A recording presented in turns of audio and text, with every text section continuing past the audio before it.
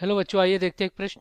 समीकरणों के युग्म को विलोपन विधि तथा प्रतिस्थापन विधि से हल कीजिए। कौन सी विधि यहाँ पे अधिक उपयुक्त है? हमें समीकरण दिया गया x प्लस वाई बराबर 5 और 2x माइनस 3y बराबर में 4। तो हम क्या करेंगे, यहाँ पे मुख्य अवधारणा लिखेंगे। मुख्य अवधारणा, तो ये क्या होगा इस प्रश्न के लिए? तो देखिए हम क्या करेंगे, यहाँ पे विलोपन विधि क्या होती है इसको लिख लेते हैं पहले। ये क्या होता है? ये होता है आपका रैखिक समीकरण। रैखिक समीकरण समीकरण के युग्म, रैखिक समीकरण के युग्म को हल करने के लिए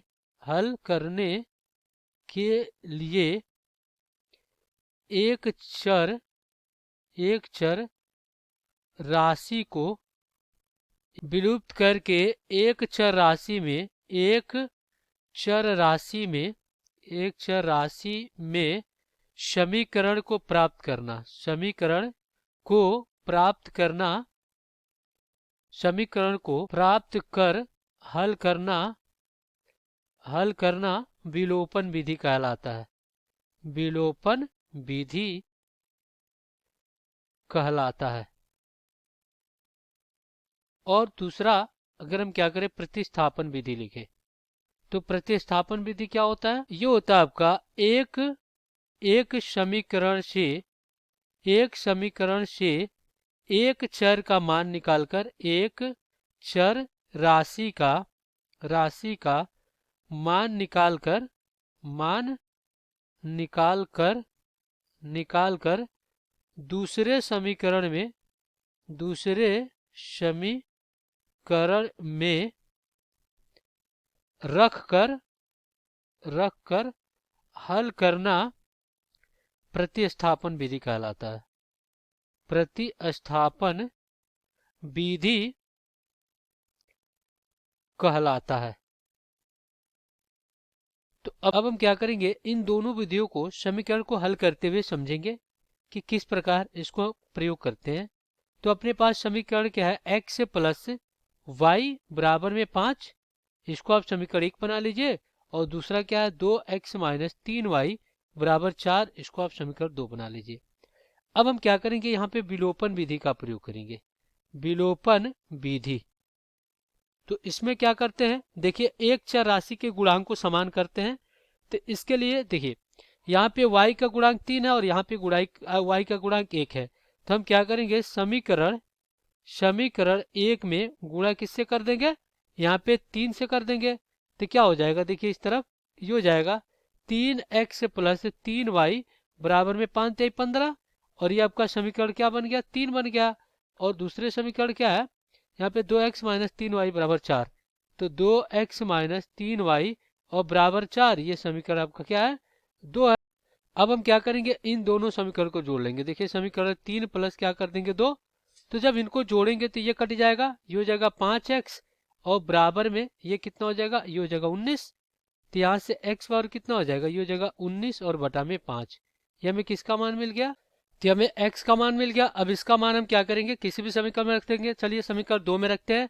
तो ये क्या है, 2x माइनस 3y बराबर में आपका 4 है। तो यहाँ पे 2 गुणे क्या हो जाएगा, 19 बटा में 5 और माइनस 3 गुणे y और बराबर में 4। तो यहाँ से 3y बराबर क्या हो जाएगा, ये हो जाएगा 19 दूना 38।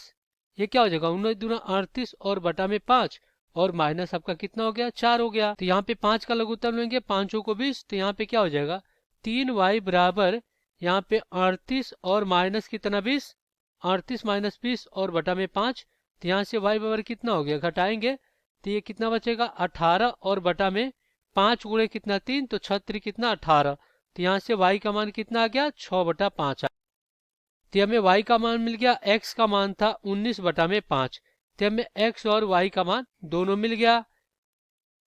अब हम क्या करेंगे, इसको प्रतिस्थापन विधि का प्रयोग करके हल करेंगे। तो यहाँ पे लिखेंगे प्रतिस्थापन विधि से। तो समीकरण क्या है, x प्लस वाई बराबर कितना है 5, ये समीकरण 1 है। और अपना 2x माइनस 3y बराबर में कितना है आपका 4 है। और ये आपका क्या है, समीकरण 2 है। तो अब हम क्या करेंगे, समीकरण 1 से x का मान निकालेंगे। समीकरण 1 से लिख लेते हैं। तो यहाँ पे x प्लस वाई बराबर कितना है 5। तो यहाँ से x का मान निकालेंगे तो 5 माइनस कितना हो गया y हो गया। अब इसको समीकरण 2 में रखेंगे। समीकरण 2 क्या है 2x माइनस 3y बराबर में 4।